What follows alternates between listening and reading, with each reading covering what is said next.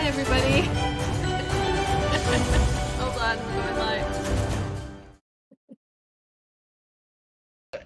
You need to do. We need to.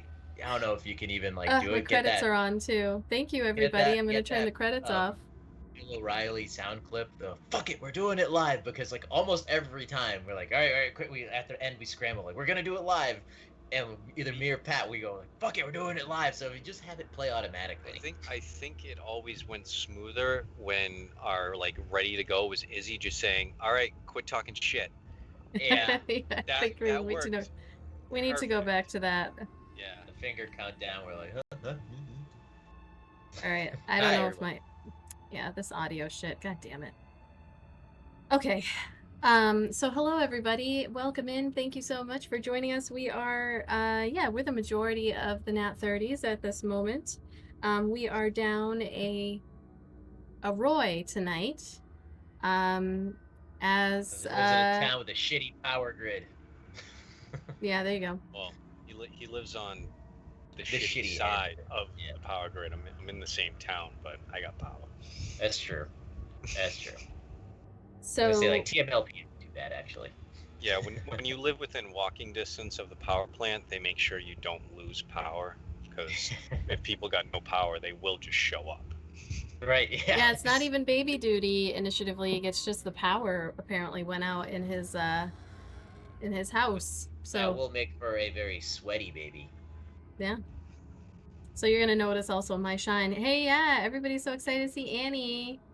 Yeah. Town down. What is that, pasta? It's dinner time right now. So, we are gonna blast through our announcements really quickly, and I have a couple of extra things to say, so we'll just go through the announcements real fast. I'll spam it. I'll spam it. Soapbox down. We do. Is it good stuff, or is it good stuff, or is it just complaints? I have extra things to say. No, it's good stuff. It's good stuff. So I'm gonna do the compound for you. Yay! We are part of the compound, which is a South Coast initiative of gamers and other such creatives, such as spammed in the chat. Bam, done. Follow them. Bam, they're cool done. Shit. They're cool and awesome. I'll do word of the week. So the word of the week is yet to be determined tonight. Wait, were we still doing that? I thought we dropped the word of the week. No, we didn't. We didn't drop it yet, but because we technically the world is still reopening. So we were gonna give it some time, and then maybe when we go live and can start to see people in person, then it will actually work. I did see some nice pictures from some of our local game stores showing people showing back up and playing D&D and Warhammer. So with people being present again, I think it might work. So yeah, I think you said game nights were starting back up. Yeah, so it might be worth it. So word of the week has not yet been decided. I will jump in also and say that don't forget you can interact with the stream and give inspiration and +1 AC to characters when they're getting attacked, and rerolls. That's another thing that you can do. So just throwing that out there.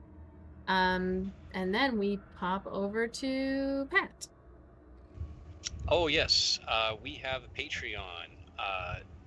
Joining our Patreon, you get different levels of access to behind-the-scenes information, including some of Izzy's prep notes, some homebrew items, character sheets, and lore, as well as you get an automatic entry into our monthly giveaway.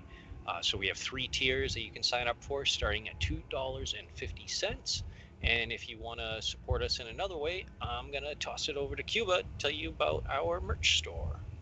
Oh, yeah, we got TeePublic. Check it out. There's all sorts of cool stuff. Nobody's wearing any of our merch at the moment. It's too hot. it's a sweaty day. But there is a sale Thursday, Friday, and Saturday where you can get our stuff at a discount. So I recommend you go shop those days if you actually want to buy some more things.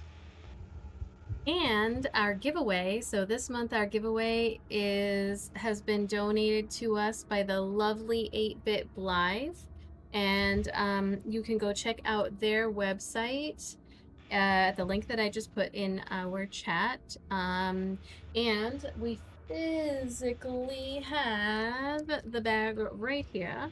And you can see it. It is double-sided. It comes in this plastic so that it doesn't get dirty. Hey, there's our giveaway. We got Das. Annie, did you buy the that Harry Potter one? I did not execute the buy, but I'm going to execute the buy. And the winner also receives a D20 with a NAT30. I don't know if I do this, it's gonna probably zoom out of my face, but you get one of our special NAT30 dice that was created for us by Normal Human Designs. We have partnered with Almost Critical for another round of dice. So you get to have a special D20 just for you that goes into your 8-bit Blythe bag. Let's see. That's a good luck D20. Yeah.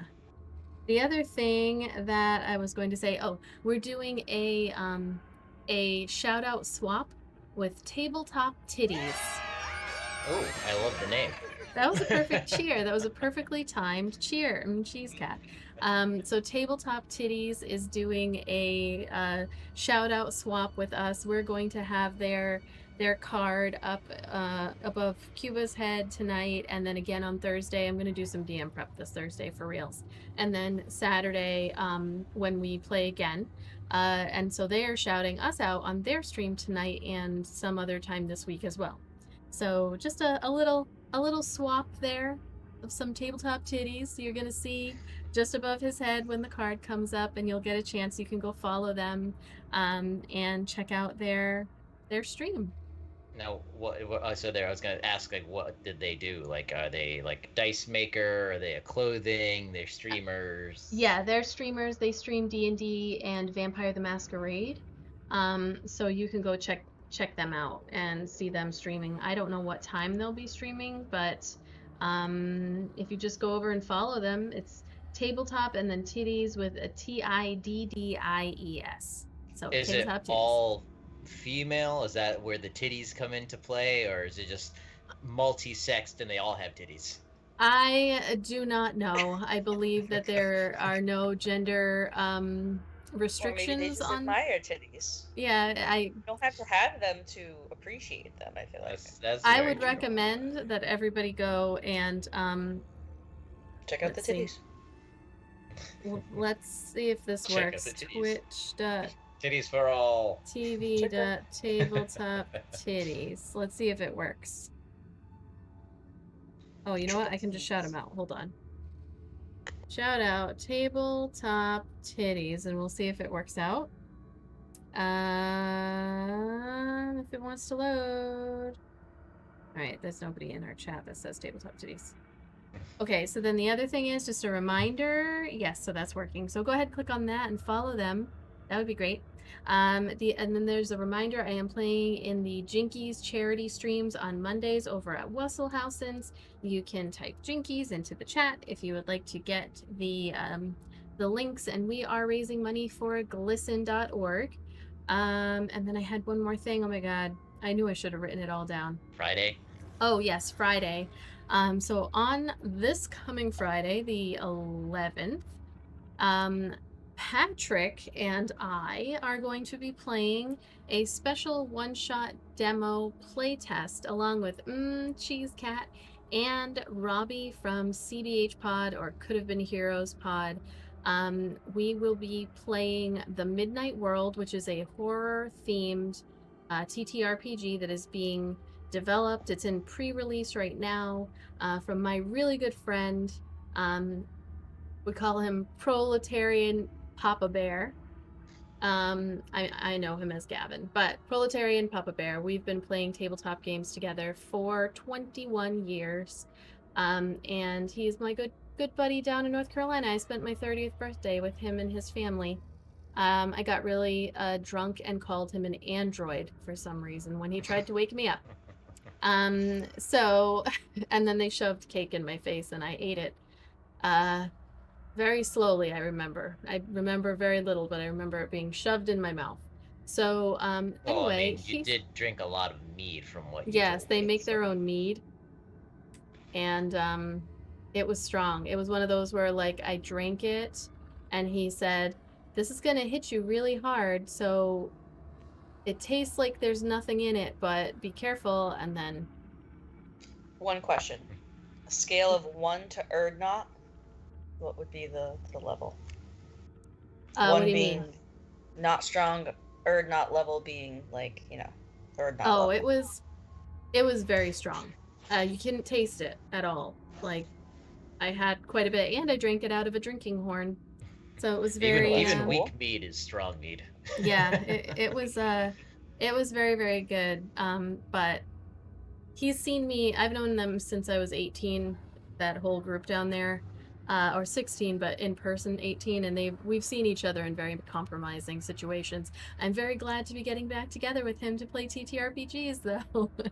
It's been a while. So he will be the storyteller, Papa Bear, and we will be running through the game. We're going to start with character creation, and then go through one of the stories. And I'm very excited to play this on Friday. It might extend into 2 Fridays. We'll see how that goes. It might not be able to be 2 in a row, depending on who can come.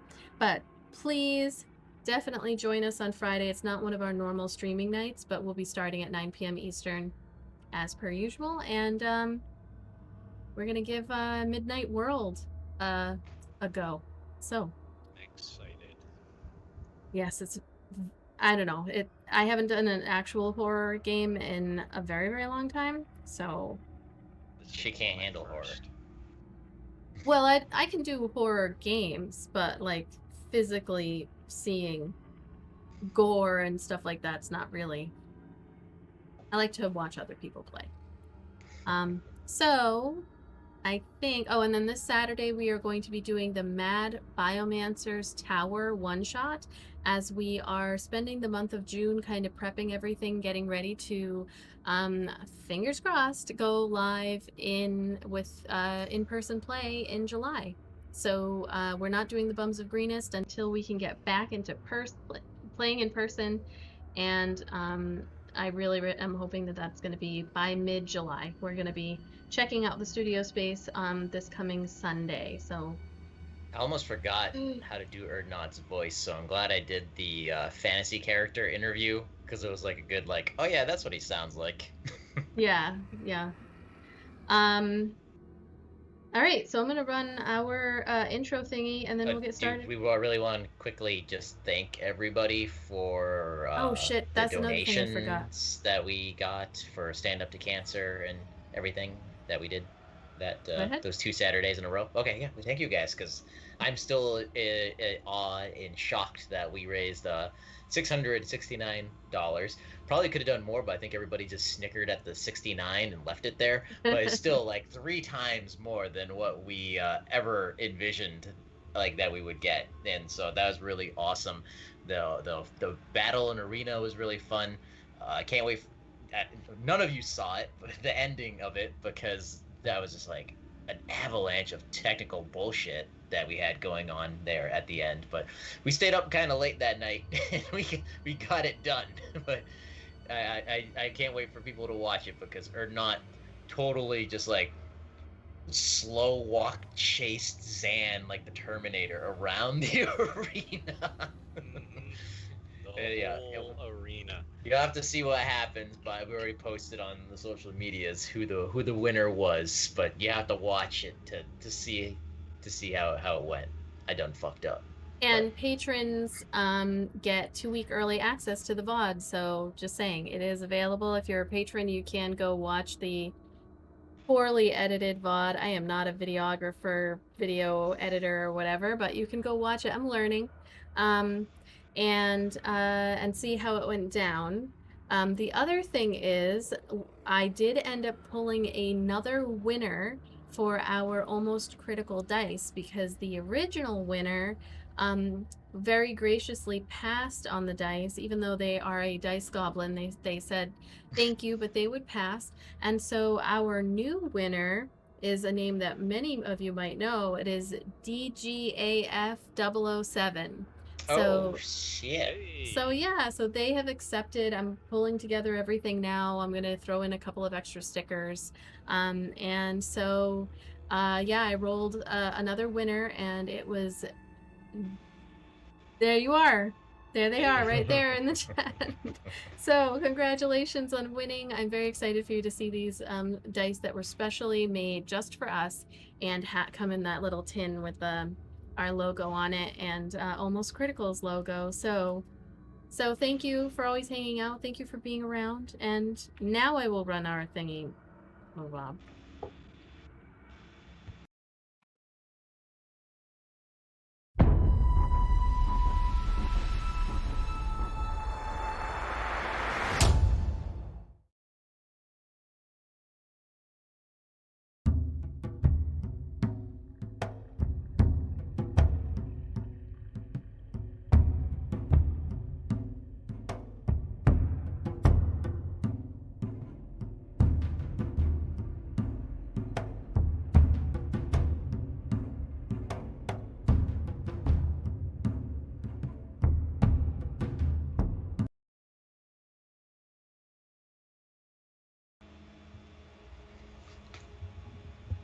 Take it away, DM.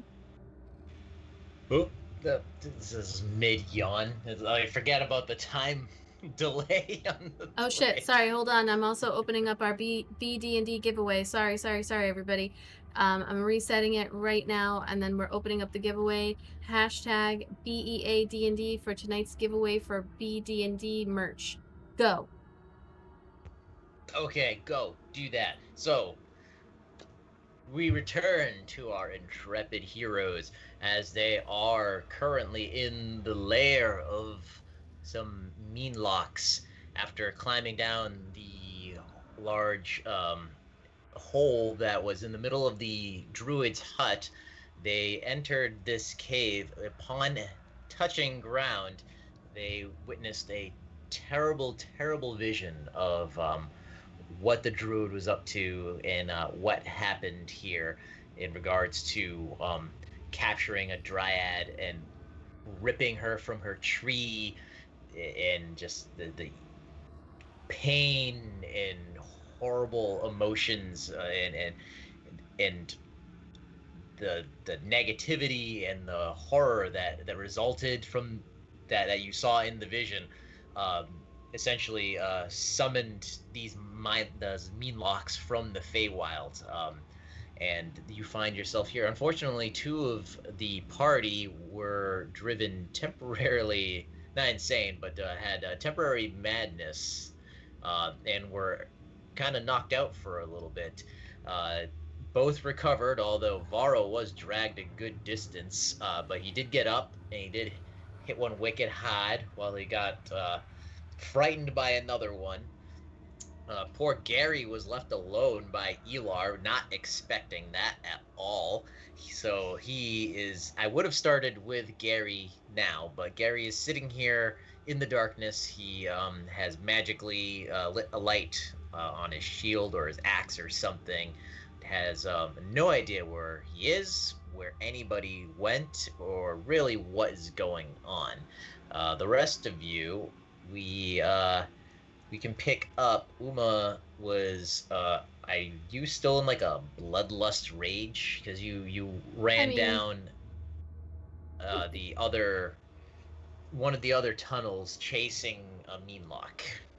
Yeah, I mean, it's not technically like a, mechanically a rage. It's just something Uma does. So yeah, she's pissed. All right. Well, she's also going to be pissed at Elar when she realizes that Elar left her boy back there. All right, so we'll start with you. We'll remember that this is rough terrain for all of you. So we're gonna pick up with Uma. Varo and Elar, you're standing there in the tunnel as Uma runs down this western passage. Is like a passage in front of you that leads north You don't know where any of these go, but I don't know if you saw the mean lock, but yes, you saw it because this is the one that put the frightened condition on Varo. So Varo probably doesn't want to go down that tunnel. Elar, you're not entirely sure what's going on at the moment, and Uma, you are chasing this guy. Mm-hmm. So, what are you gonna do? Are we going in initiative or is this free form? I'm gonna do free form for the time being. All right. So if Uma sees this blameless mean lock, she's not falling for that shit. She's going to lunge forward to attack it. All right. It wasn't me. How many more minutes do you have on your not being allowed to be frightened thing? It was a 10-minute long thing, and you went through 4 minutes of running and everything, so I've got quite a bit of time left. All right, that's okay. So that's why this one's kind of running from you because it can't scare you away. All right, so you go ahead. You can go and lunge at it. Okay. She is going to. Oh I turned off the. All right, so one little helpful hint, everybody, if you aren't already doing it, you can drag your actions down into your hotbar, and then you don't have to open up your character sheet for things that you do a lot. It's like a PC RPG. You can just drag it in. Anyway, so she's gonna swing twice with her greatsword. 17 to hit. Yeah. 22 to hit. All right. And damage. Just taking a second. And I'm pretty sure I get something else, so I'm just gonna double check on this. Savage attacks. Oh, that's for critical hits. All right. Oops. Oops. This is. All right, it's not. Hold on. 1 second. It is not going through, so I'm just gonna roll my greatsword.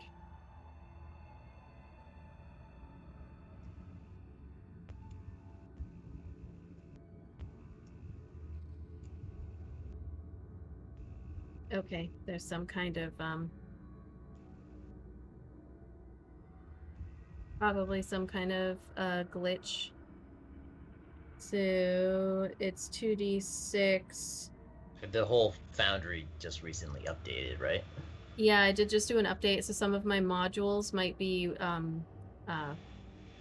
messing with your rolls and stuff. So 2d6 plus my +1.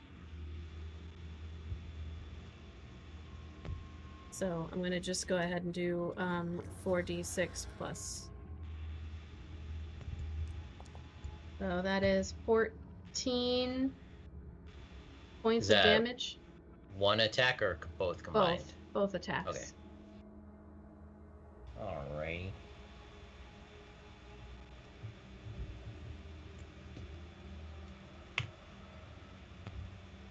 Is there anything else?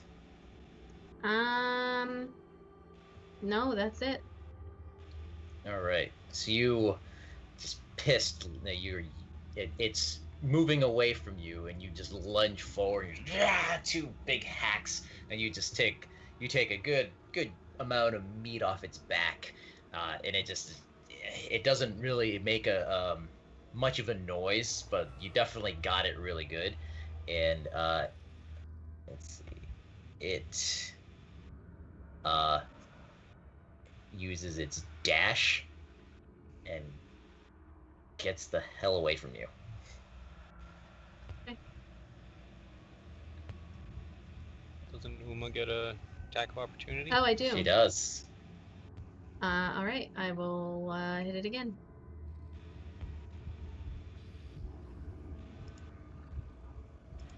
Natural 20. Fuck. Oh. It still doesn't want to roll, so it is roll 2d6 plus 1, I'm pretty sure. So that is, I think I get to re-roll once. I think it's 1s and 2s. So I'm gonna re-roll this 1d6. And don't you have brutal criticals, so you get to I do. roll another 2d6? I have, it's called Savage Attacks. So when I score a critical hit with a melee weapon, I can roll one of the weapon's damage dice again. So, sorry, so that's... I thought you also had brutal criticals where you get to add to the, when you get a crit. I thought you had that. Nope, I only have Savage Attacks. And add it to the extra damage of the critical hit. Okay, so I get to roll one more. So, sorry, that is 12 plus 6, 18, plus 1, 19, plus 1d6, again. Damn, that was a 1. But you get to re-roll that, don't you? Do I get to re-roll every time? I think so. Oh, it's a 2. I don't think I get to re-roll it until it becomes something other than that. So, 4... Alright, sorry. So 12, 6 is 18 plus 1, 19, plus 4, 23 points of damage. Alright, so as you, as it tries to get away from... Oh, I don't want to talk to you, Siri, damn it. As, yeah, you got those 2 good chunks out of it, and it picks up its pace to try to get away from you, but you just, one more time, you just bring your sword up, and you come down on it, and you just cut it clean in half. She, like, and it's takes to the air, she hits down so hard. and it's 2 halves of its body just, why isn't it growing? 2 halves of its body only takes a couple of steps, and then like the bottom half just falls to the ground, and then the top half falls and rolls a few feet away from it, and that one is dead. So, all right,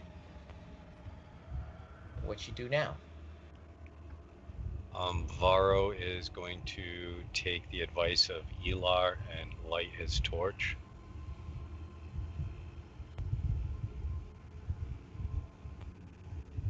All right. You gotta right click to make it take up the whole token. Right click on it. I'm trying. There you go. There we go. All right. So what light radius does the torch do?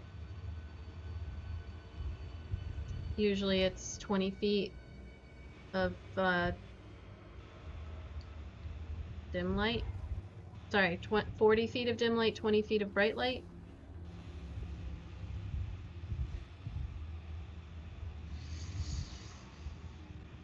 Can you put the... How do you put the torch, a light on somebody? So you gotta go to right click, go to their settings, change their vision to dim light and bright light distance. So bright light 20 feet, dim light another 20. So you're gonna do dim light 40, bright light 20. You want me to do it, or are you... I'm trying to... Here, I got it. I got it. Okay.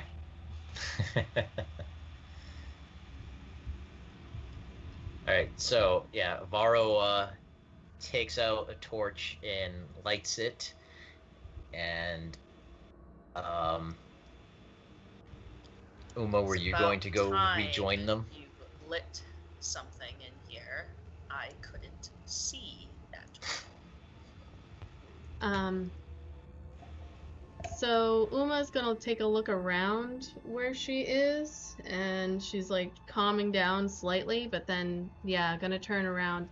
So first of all, can she see anything where she is? Roll an investigation.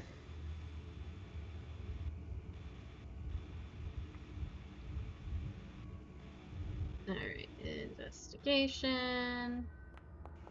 That's a 3. She's still too pissed off. Yep, you're just... The only thing you notice is the bright light that is now coming from the direction that you had just come. Okay.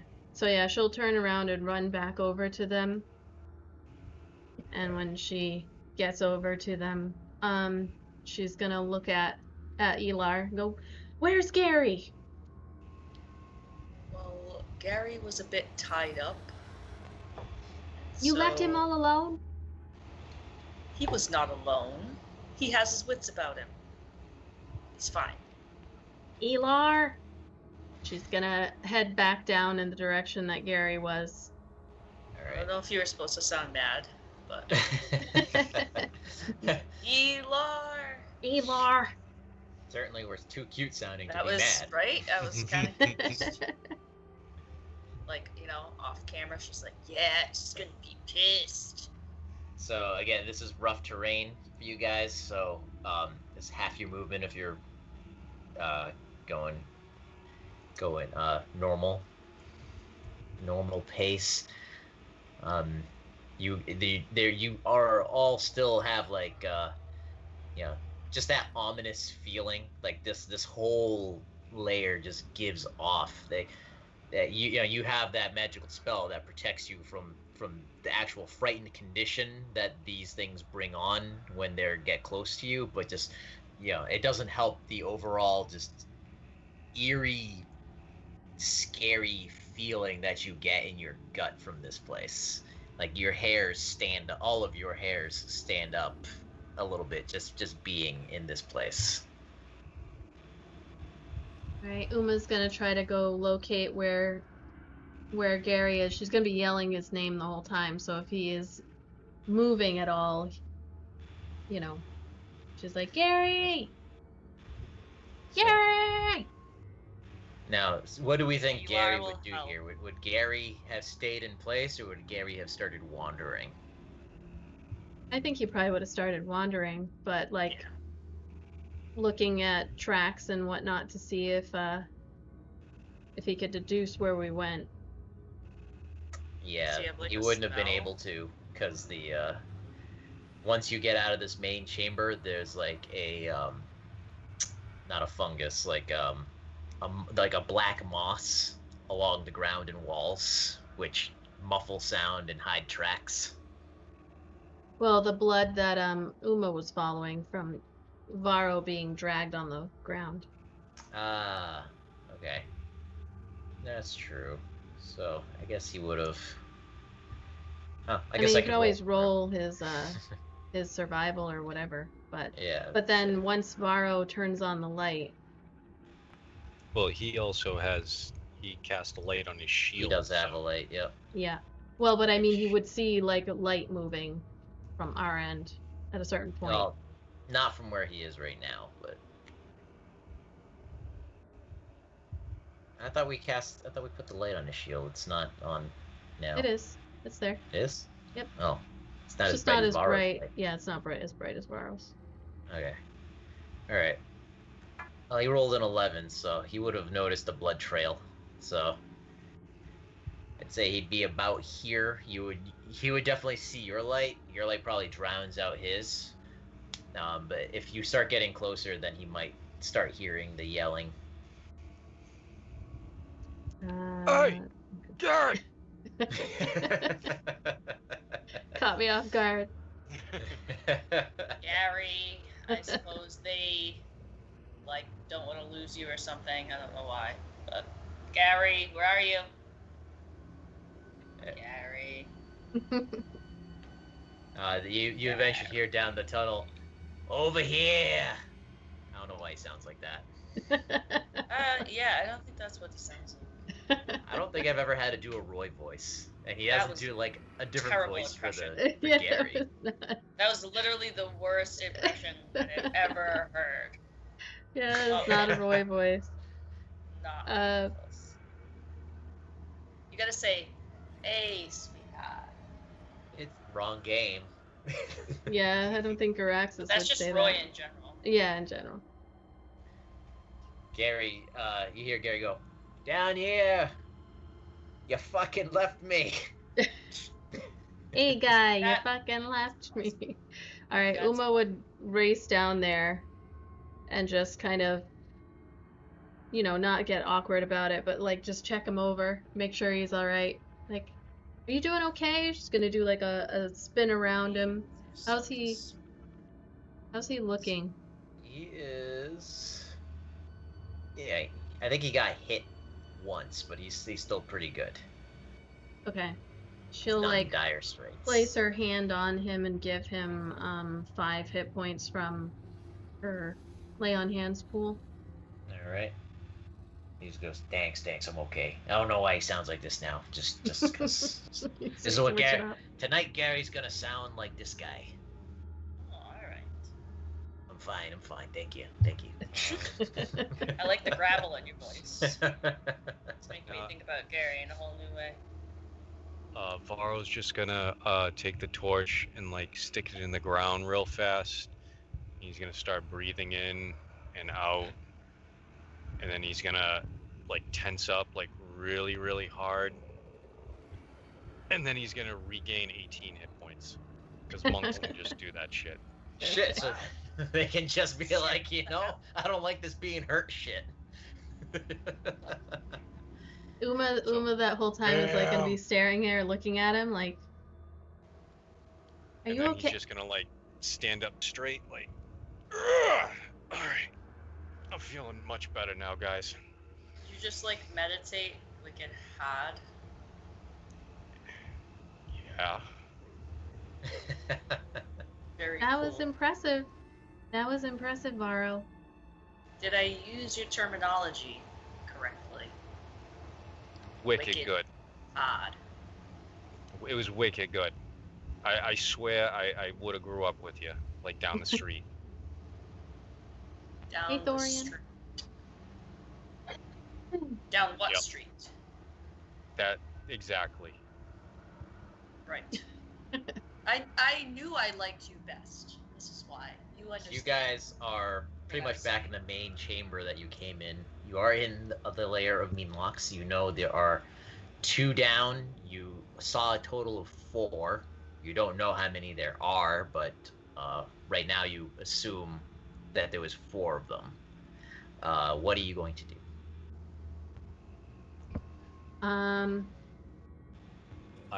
Varo would like to vote that we get the fuck out of here. I'm just throwing that out there, guys. I mean... Well, Varo, I think we have to see this through. They were going this way. I think we should go back. We gotta get rid of these things, but we probably have to go where... the direction that they were going. And she's gonna look back and be like, Garry, you come stay close to me. She's gonna look at Elar like...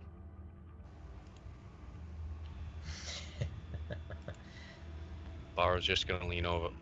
What did you say to make Uma so mad? I didn't say anything. Oh, usually I think when she's mad I left her lizard man. Her lizard man. Usually when she's mad at me, it's because of something I said, not something I did. So I just assumed. Right, somebody can roll a perception check. Somebody or everybody? Somebody. Varo volunteers. Whoever may be looking around. Or Uma's looking ahead. Paranoid. Alright, so how about Varo? You're in the back there. There you go. Dirty 20. There it is. There it is. Unfortunately, this guy got a 22. So you don't notice that just at the light, the line where the light meets the darkness, you are being watched. but I can see him. You can. He can't. All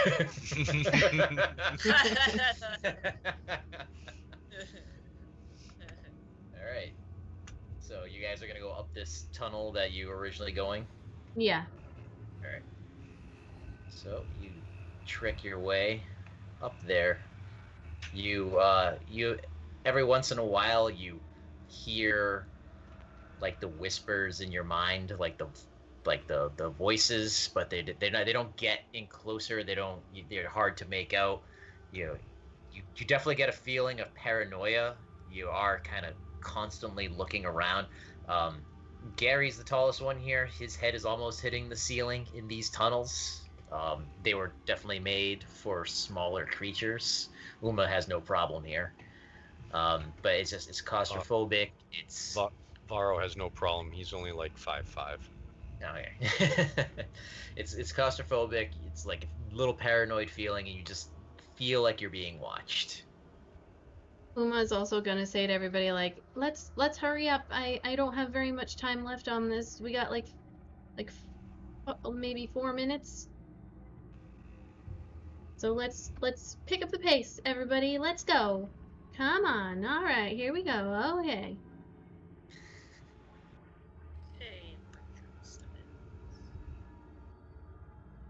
So yeah, she would definitely be hurrying them along. All right. So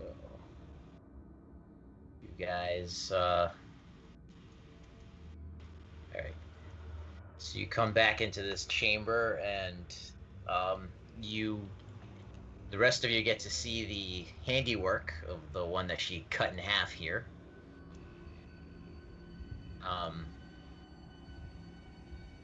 There, you don't notice anything in this chamber here thus far. It's more the same. It's just you just feel, really boxed in. Every once in a while you think you hear walking, but you turn and there's nothing there. At least gives me the creeps, guys. Oops. All right, well, we gotta figure out which way to go. Maybe we go up the other way? What about this way? It seemed like he was going this way. All right, let's go. As you guys are walking, you all in your minds once again hear a very weak female voice. Very weak at this point, weaker than it was before, just saying, "Help me."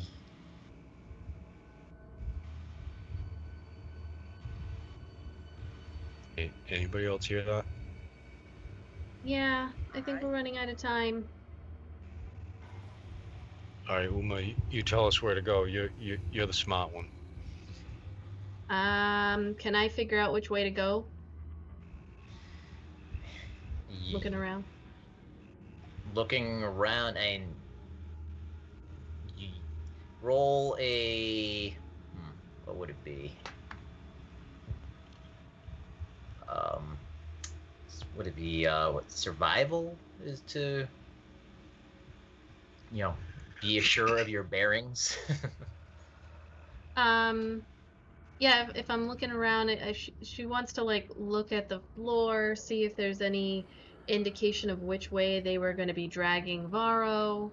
Like, does it look like it's like well traveled in this area, or does it appear that they were not going to head this way?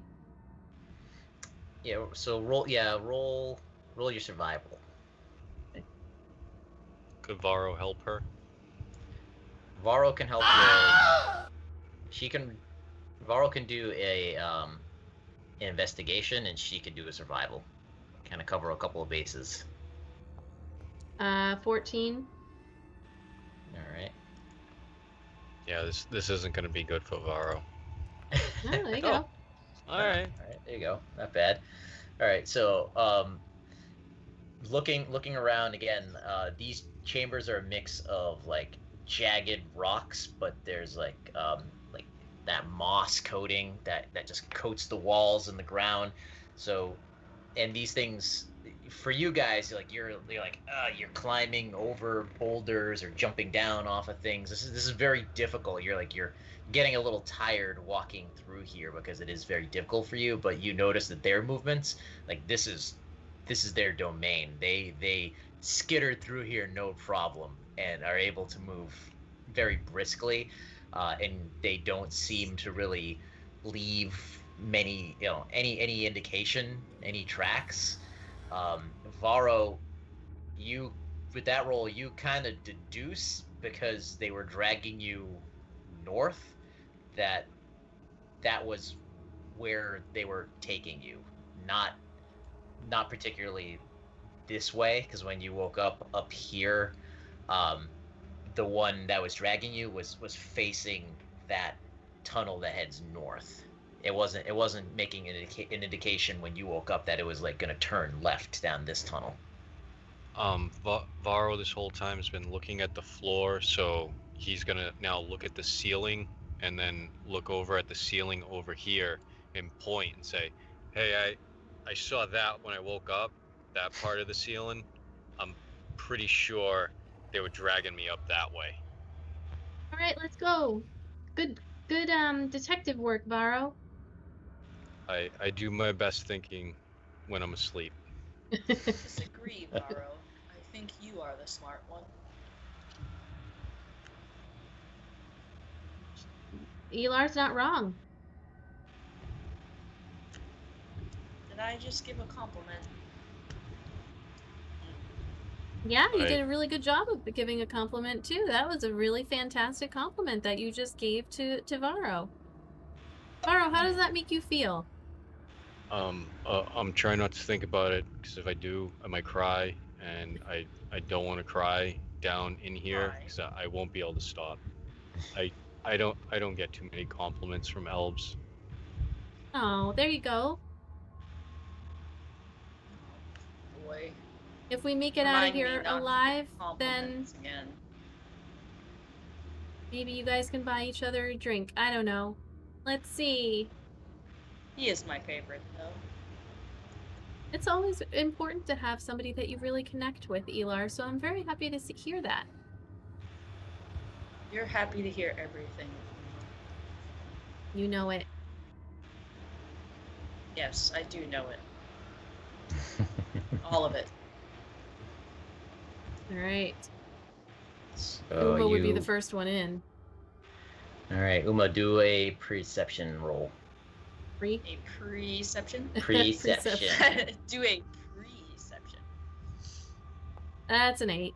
You not I am proficient in perception, like I have a +6. And I still got an 8. That's an 8. So... Anybody want to give me a reroll? I do. I mean, I can't buy them with these critties, can I? Because No, I have like 100,000. I know. There's so many. I don't think I've ever used any. I think I've used them once to give everyone in the chat a free monthly entry. Oh yeah, you were feeling like Daddy Warbucks that day. I'm just gonna Micaiah Serenade. Entries for everybody. So you walk in and you just aren't looking in the right direction, and this meanlock here, it braves the bright light and it comes out of a corner swinging at you, which, because of the light, it has to do with disadvantage.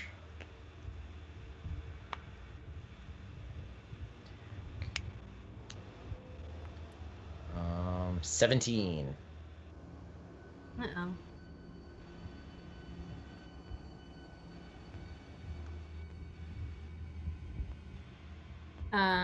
That hits. All right. So. Okay, very good. So that you got 8 slashing damage, and you must do a Constitution save.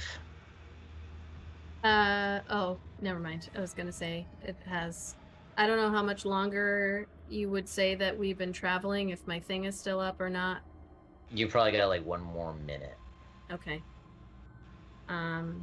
So hold on. Let me just double check. It was oh, protection from evil and good. Sorry, I'm just trying to double check. Yeah, its fear aura isn't working on you, but it just. No, I know. I'm just double attacked. checking. Disadvantage on attack rolls against me.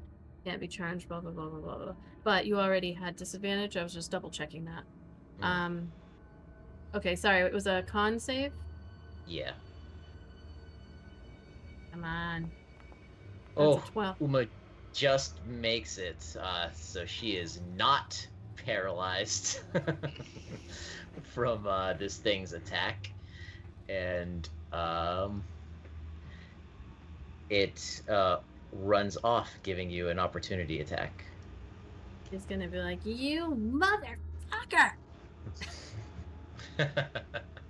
And attack. That's a fucking 7. Yeah, it's a 7. So it you don't get it, but it runs off using its what is the one? I have to check its full. Yeah, there we go. Yeah, runs off away from the bright light. It was visibly squinting in the light, but it got a good hit on you. I know. I mean, I did get that nat 20, but I was really hoping for that again. Yeah, this doesn't want to load on. Oh, there we go. I can still see it, right? She can still see it. The edge of her vision. Yeah. It's it wasn't able to use its dash because it already attacked you. Right. Okay. Are we just winging it still, or? Yep, we're just winging it through here. Okay. Uma's gonna. You guys definitely noticed that this is another large chamber. Okay. As that ran away, I mean, Uma would give chase. 5, 15, 20. Dashing, so using her action to get as close as possible. All right. Elar's just gonna sigh and look back at the other two. Yep. Just once again, she's just give the eyes. Give the eyes, like, okay, let's go, guys. Like, I feel like we're going this way. I feel like Garaxis would shoot a spell if he has it. I'm not sure what he has. Let me look at what he's got. He's got he still has. Oh no, wait, he doesn't have any third. So he's got a 3rd level spell, but it's a mass healing word. Call lightning, which is too big, and yeah, sleet storm. Spirit guardians, I think he had cast that before. And he's got plenty of 1st level spells. It's only got 3 prepared. I think he would probably cast Toll the Dead. It's a cantrip.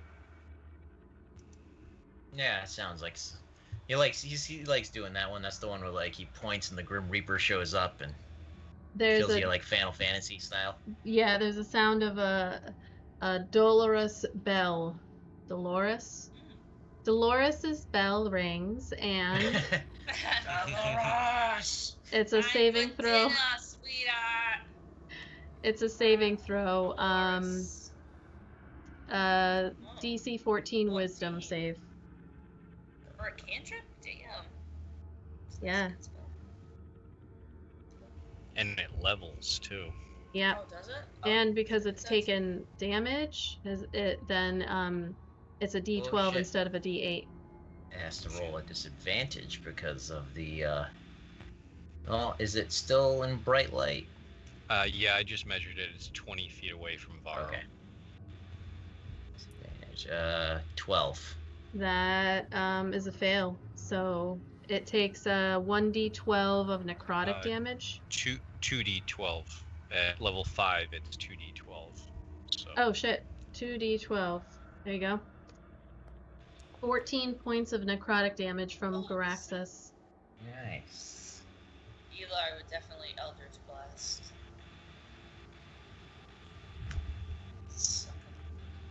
Alright, Elar, go ahead. Shoot its ass. Shoot its arse. Uma goes like, ah, like she's gonna hit it. Unfortunately, your blast goes wide, Elar. But you get a second shot, yes? You get 2 beams. That one goes wide as well. You're trying not to hit Uma. She's kind of in the way, and they're about the same size, so you're trying to aim. I picture it like bouncing off of her greatsword as she's like swinging it, and it's like. Varo is gonna reach into his pocket and throw a dart. All right. Just watch out for her sword. 14. Your dart goes just a hair wide. It like whizzes right by what might be an ear, or could have been an ear in a past life. And he's gonna throw another one.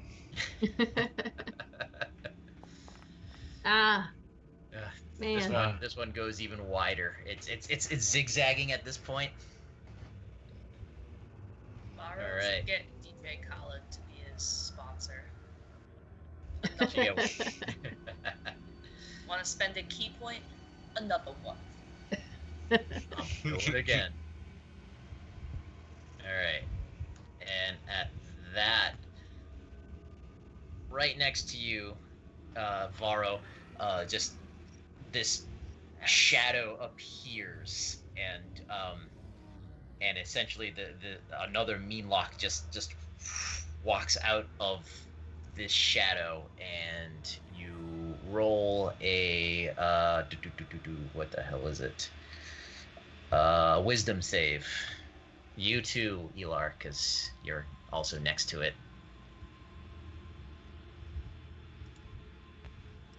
It's fine. Oh, no. Elar is quite wise. Don't jinx yourself.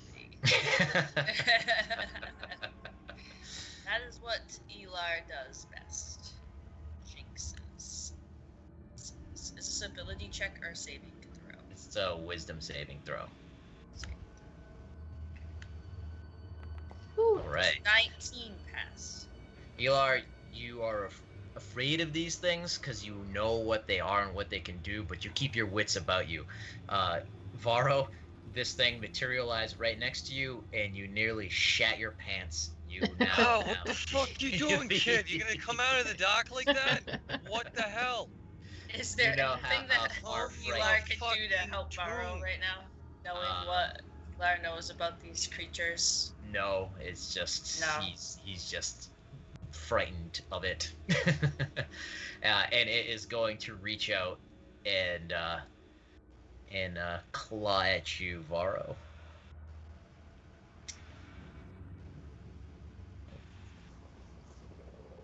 Elar's just gonna look over helplessly at his favorite member of Whippy. Oh, you're so lucky that it has disadvantage in the light, so it's like,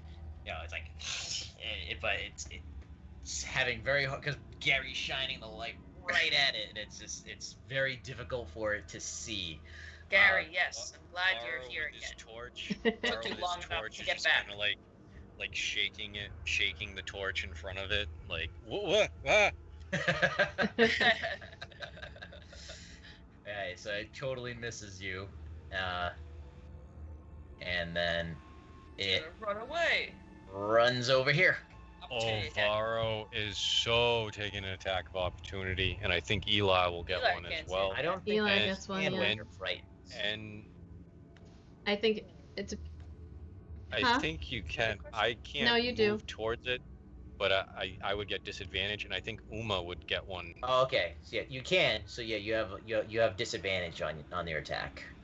Oh yeah. I have a feeling it probably wouldn't pass that close to me, but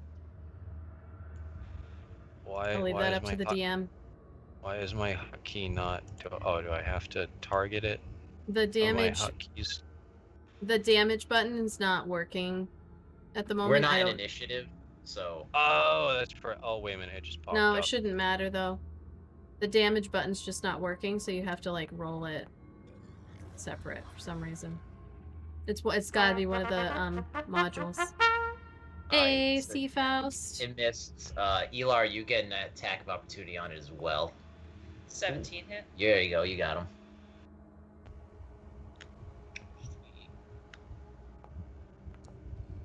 A whole 3 damage. Every little bit counts. Gave him a little shaving. Does Uma get a hit too? Because it ran right by Uma. Oh, yeah, it did. Yep. Oh yeah, I guess it can't go through you, so I would get an attack of opportunity. She's not gonna do that because if this other one runs away, she's gonna want to be able to take it on that one. Alright, so the other one that's in front of you, your protection is still up, but it is running down to the last seconds. And let me see, because I was remembering I need to roll these recharges. Oh! So this one vanishes before your eyes. It steps into the shadow. And Uma's gonna be like, "You motherfucking cocksucker, fucking piece of shit." Varo's gonna take out a notepad and like save that one for later. Cocksucker. What is that? I'll show you later, Elar. And then she's gonna run. Technically, in our loose initiative, it's still your turn.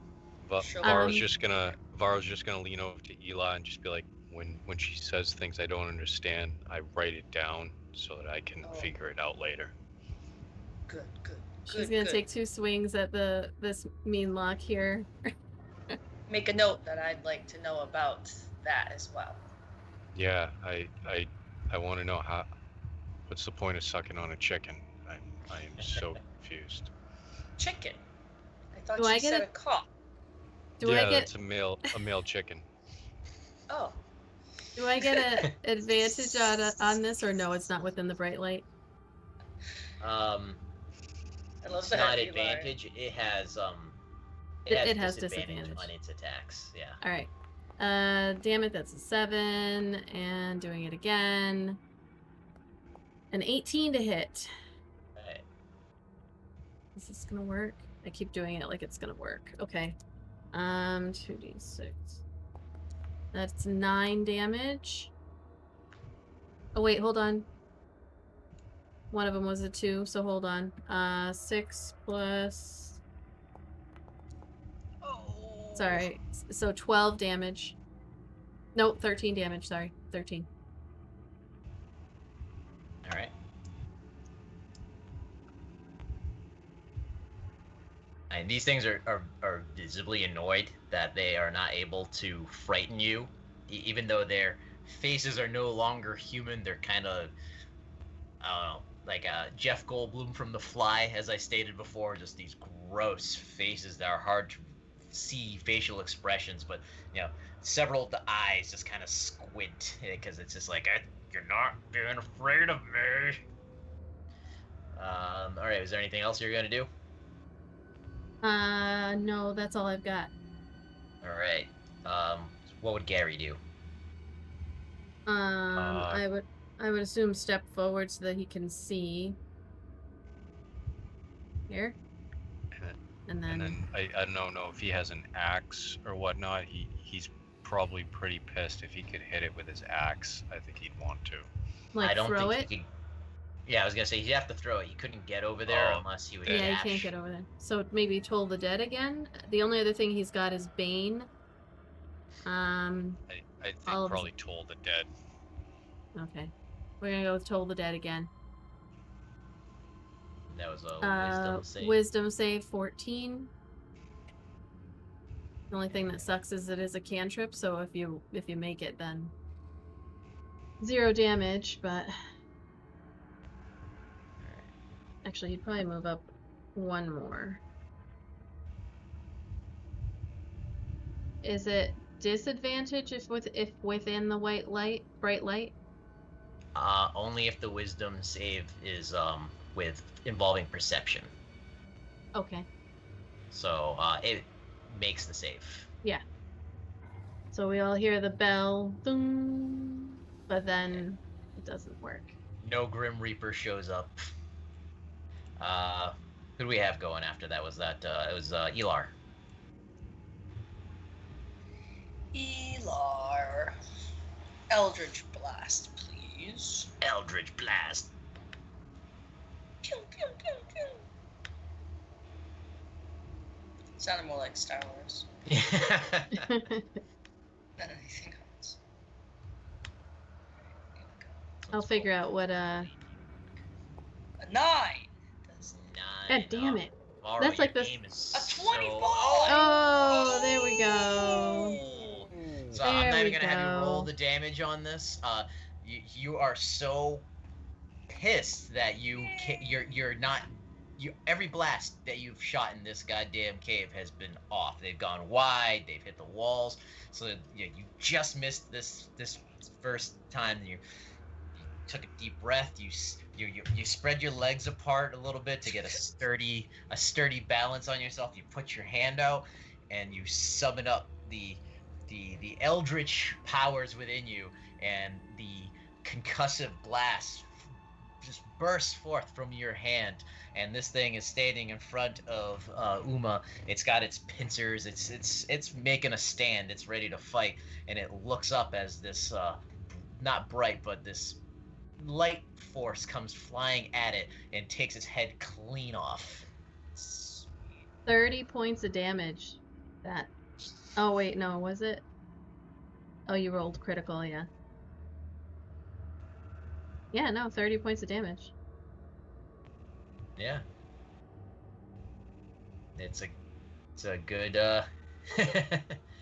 it's a good cantrip. Oh no, going by our rules, it would have been 18 points Oh, of 18. damage. Okay, gotcha. Either way, still a good cantrip. Alright. And with that, you hear a skittering. Uma's like, this goddamn skittering! You see the other one that teleported away just runs out of the shadows and looks at the now headless, smoking hole from where the head was on the other one, and it looks back at the group of you and just kind of like with its claws. Annie, did you just hear the word of the week? It's skittering again. Smoking hole. Smoking hole. I saw that reaction. Yep. And Smoking hole. Hey! So it looks it's got several eyes, and you see them. They're just kind of like looking at all of you, and it looks back at its dead one, and then it just suddenly starts clawing like this, just like it's digging into the ground, but into the air in front of it. And as it's doing that, you see it's literally ripping the fabric of existence apart in front of it.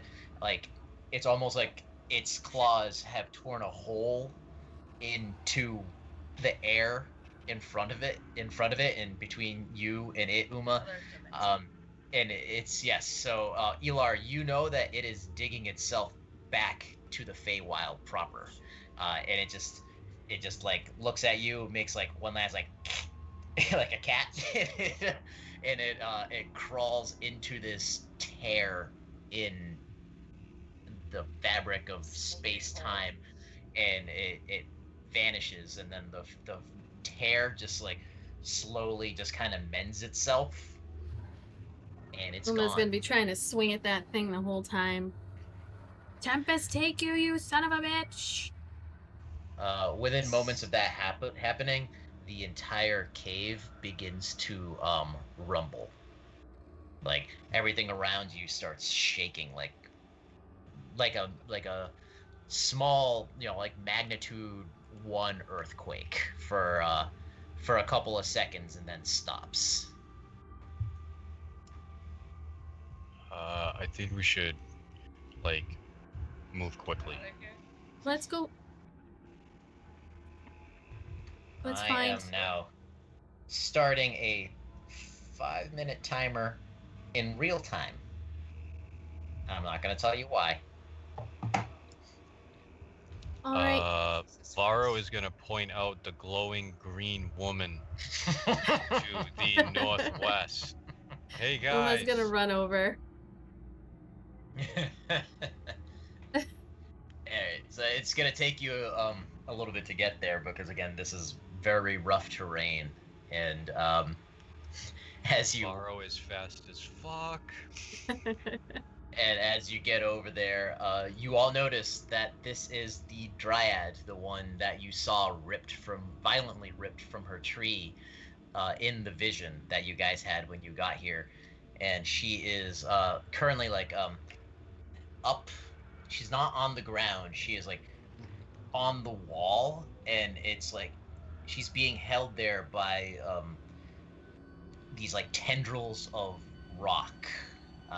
It looks, you don't know how they did it, but it's kind of like how they like string people up in the Alien movies. Instead of booger substance, it's like rock that's holding her in place, and she is looking very rough. She has barely enough strength, but she looks like turns her head and looks up at you. But then it like falls right back down as she's just hanging there.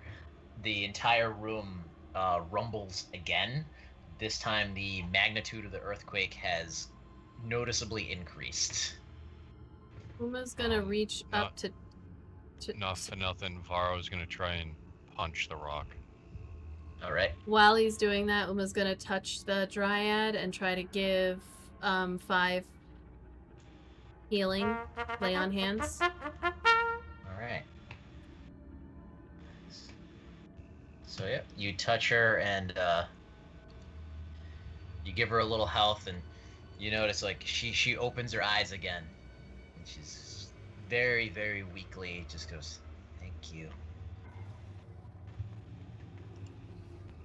So Varo's gonna attempt to break the rock. Do it, Varo, do it. Do it. There you go. Alright. So Varo just you find that it actually broke pretty easy. So you got one arm out. And he's gonna do it again. The cave rumbles again. The whole thing very violently this time, more violent than the first 2 times. Alright, so you got the other arm out, and now she's got like one more that's like holding her like across like the midsection. And someone should probably try to catch her because she will fall like a good 5 feet to the ground. I think Garry would come over and also. Yeah. And Uma's gonna touch her, give her another 5 points of healing, and then Garry. Varo just took her insides out. What about her insides? I think Varo just Varo took her just- insides out by accident. Varo just did Jesus. that scene in Bloodsport where Van Damme goes to break the brick, and they're like, "No, bottom brick," and he just disintegrates it like there's C4 behind it for some reason. Yeah, exactly. That's exactly what I was picturing, but with her insides. So her insides are fortunately intact. She falls, but Garry catches her. And the room rumbles again, even more violently than the first time. So like, the stalagmites that are on the ceiling, or the ones that grow on the ground. Stalactites. Stalactites start falling from certain. Pretty parts sure of the ceiling. I always go tights top. Tights is top. All right. Grab her. Let's go. We gotta go. Let's run. Go. I don't know how far Garry can run holding her. Well, you guys can help him. How big is she? You know what? No, you gave her enough actual health, so she's healed enough to run with you guys. So Okay.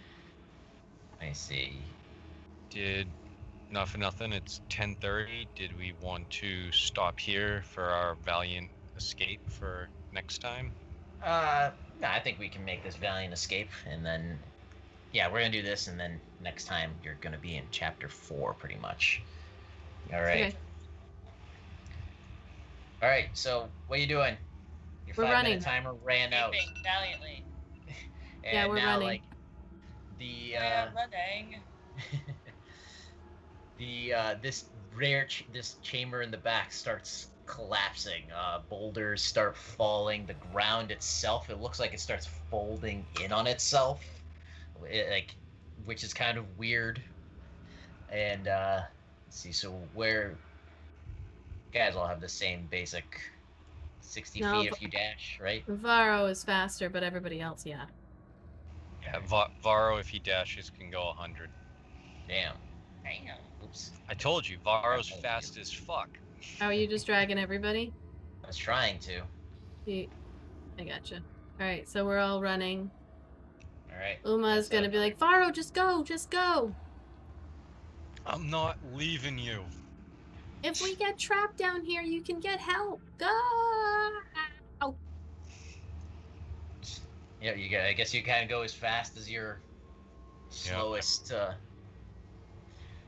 right, so that's make your next move. This rare chamber is collapsing and folding in on itself as you are moving out of it. Okay. The rumbling is now getting much more frequent and less intermittent than it was before. You want me to just move us? I mean, we're just gonna be running. I know, but I want you to run at the pace that you can, because there's consequences if you don't make it out of here in time. Okay. So, all right. Just for one round, just for reference, Varo is just gonna run his full dash action. All right. But I physically can't do it in one swoop because of walls. All right. Is this Dryad the same, going the same as us? Whoa. Yeah. Oh, whoa. Oh, what happened? Why did Varo go all the way back there? He would have been like, oh, there's too many walls. Yeah. All right. Yep. She's going the same pace as you. She is still hurt, and you don't know how long she's been sitting here being tortured. So, anyways, yes. So the room again. You're approaching back to the main chamber. The columns are falling down. Rocks are just breaking apart in front of you and behind you. Parts of this are just like I said, like pieces of paper folding in on themselves, and anybody looking behind you notice that starting with the chamber that you rescued the Dryad from, this cavern is literally folding itself out of existence. So beyond this point here, there's nothing there, literally nothing there anymore. All that there is what you can see in the main chamber. Okay. Uma's gonna be like, go, go, go! Varo, you go first. Help her up. Yeah, Varo's gonna go as fast as he can to get to the top. Alright, so Varo, you would end up climbing out of this first. And he has a rope. He's going to drop his rope to help pull so that while one person's climbing, he can pull another person up. So right, Uma so would. It's only... I was gonna say that's gonna be one at a time, yes, unless How big anybody is that? else is. How big is the opening? Because what he's saying is he'll There's, throw down the rope so 2 people can go up at the same time. I believe it was like a 4x6. Okay. So I think only 1 person at a time. Yeah. So Uma would push the Dryad. And I believe it was 20 feet up. And Okay. Varo will still with the rope just to help them expedite the process. So as they're climbing up, he has the rope pulling them up. Okay, so Varo's already out. The Dryad you're sending up next? Yep. Alright. And that's gonna take her a little bit to get up there. Who's going next? Elar, go! Uma, go. No, you go, go, go! Doesn't matter. Somebody go. Let go. This chamber is now much I smaller. left Garry behind before. Let me make up for it. Go. All right, Uma's gonna head up. All right, Uma's climbing up now. Garry, the Dryad, Uma are now up there. There is precious little space left in this main chamber. It's rumbling like crazy, and it's slowly folding, actually rather quickly folding in on itself. Who's next? There's only one left. Me. Did Garry went up? Yeah, you said that he Oh, I did. thought you said that. Yeah, he did. Oh, I didn't think he went up yet. You said it. You just said that he did. Anyway, Garry will go next. Okay. No, I meant did Garry climb up? Yeah. Okay, all right, so Garry got up. Now, Elar, you're the last one. You got 16, 15, 14, 13, 12, 10. Are you climbing up? Yes. 9, 8, 7, 5, 4, 3, 2, 1. Elar is the last one to climb up. Yeah. As your foot just narrowly misses, like just manages to come out of the hole as the former crack in the floor of the druid's cabin slams shut, and then the seam fixes itself, and like it begins folding again like a piece of paper, which is really weird because none of you have ever seen the fabric of existence fold in on itself, and then it's gone, like, and it's a wood floor again, and it's the plant matter that was there covering it up is still there, but there is no longer a giant crack in the floor, and almost as if it never was there or ever existed. And you are now back in the druid's home. That's where we can leave it. Well, we'll look at the Dryad. Oh wait, yeah, the Dryad. And just be like, so how are you? Welcome home. Well, Varo is just gonna kind of like just sit down cross-legged like real quick and just kind of just gonna look around. That was close. That was real close, guys. That And was the Dryad one of our just shakes her head. one of our closer almost deaths. Yeah. For everyone. Welcome to the group, Elar. You almost died with all of us. You're an official that member happen now. Often to you? Barely. Yeah. Kind of goes with the occupation. Mhm. I can see why you wanted a fourth. Yeah. Backup. Plan Yeah. B, so to speak. And Uma will But when put you her. lose Garry again. Uma's gonna put her hand on the Dryad and give her the final 5 points of healing Oh, from her so lay on nice. hands. Oh, you've almost So given nice. her all her HP back. Aw, so nice. And Oh, she is tapped out. she stands up and is much taller than you. Looks down and just says again in a much stronger voice. She goes, "Thank you," and then looks at the rest of you and she goes, "Thank you." And we'll pick that up next Tuesday. All right. Awesome, we made it. Made it out. I was hoping somebody would get stuck in there, because what happens if you get stuck in there is actually pretty funny. Oh. But what's her booty look like? I guess we might have to wait until we didn't really. Well, actually, I'd say Uma got a pretty good look because she was the one pushing her up. So. You want me to do it now?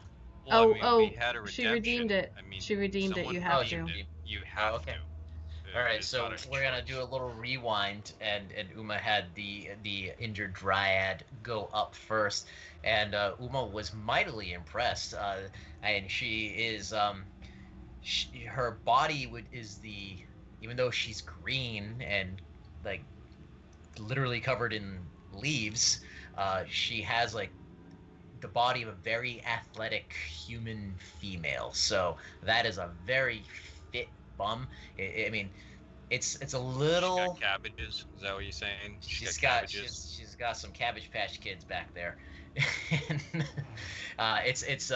You know that when she is healthy, it is like a very firm bum, but because you do not know how long she has been kept down here and tortured and not fed, and how long she's been separated from her tree, a little composty. She's a little composty. It's a some of the leaves on the back are turn a little brown and yellow.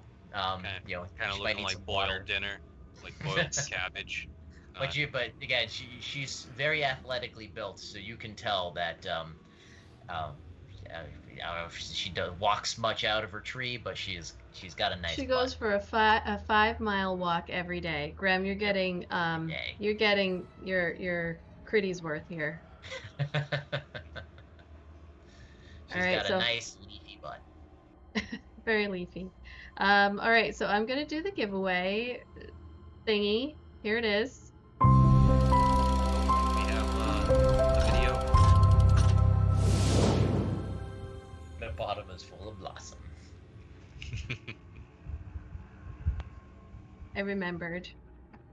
And you have a couple more seconds to enter into tonight's giveaway for BD&D, and then we are going to find somebody to raid.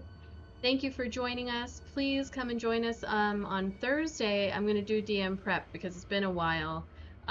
Work has been crazy, and life is now starting to get back to normal, which means it gets crazier. We are going to be creating a character for Annie to play on our Saturday Mad Biomancers game, and so I'm going to need your help. It's going to be a Twitch Creates, because I don't think Annie can actually join us, as it is a school night and her third night of D&D that she'll probably get in trouble for. So instead, you will create the character. I can't wait for everybody to see my character. I wasn't into this idea at first, but now I'm like, I'm so down for this. It's always fun. A wizard with Booty 15 strength. We've got Booty McBoatface, the wizard, Fire Genasi. We have Time, the what is Time? Tiefling rogue. Rogue. And we have Shuda McGavin, and he is a Goliath something. I don't remember. Wizard? Was he a paladin? No. Paladin? I don't remember, but we'll need you to come up with a name, choose the race, the class, a quirk, No. Oh, that's what it was. He was an Eldritch Knight that thinks he's a paladin. Oh yes, right. And he wears an eye patch, and he's blind in one eye, but I think it switches depending on how he feels. He can't modulate his voice. Oh yes, and he can't modulate his voice. So I'm gonna need you to come up with like all of those things. So yes, we're going. I'm a rogue that has disadvantage on picking locks because I'm missing fingers. Yeah, there you go. Oh my god, so that's amazing. we've got type BD&D. I'm gonna close the giveaway in just a second, and then we're gonna pick a winner. And good luck. It's actually a pretty good chance of winning here. Closing that giveaway right now, and then we're gonna pick a winner, and the winner is C. Faust. C. Faust, you have won. Congrats. Thank you so much for hanging out. I will be in touch. You can go to bdnd.shop and go check out your options, and then get in touch with me. If you're on Discord, that's probably the easiest way to find me, and let me know which thing you'd like to have. we are going to raid tonight. I believe Tabletop Titties is live right now. Oh shit. Oh, well, there we go. There we go. We're gonna raid Tabletop Titties. And you all can just go and follow them and give them our support. So thank you so much. We'll be back on Thursday and then Saturday. And I hope you're all following the compound because we're going to be streaming live over there fairly soon. So have a good night. Night, everybody. It's going to go for 10 whole seconds because I keep forgetting to press the button. But oh, okay. We'll wait a minute. 4, 3, 2, okay. Extended, Bye. And I bye. also forgot our credits. But thank you, everybody. Bye. Bye. Oh. Bye. Here, I'll run the credits now so that it shows up in our VOD, and I'll say, and I will do the thank you there. So, rating. So for those who are watching the VOD, thank you so much for your support. For our raids tonight, Lord Nikto, thank you so much for the raid. It was actually a really quick credits, so thank you. And we'll see you live as we play.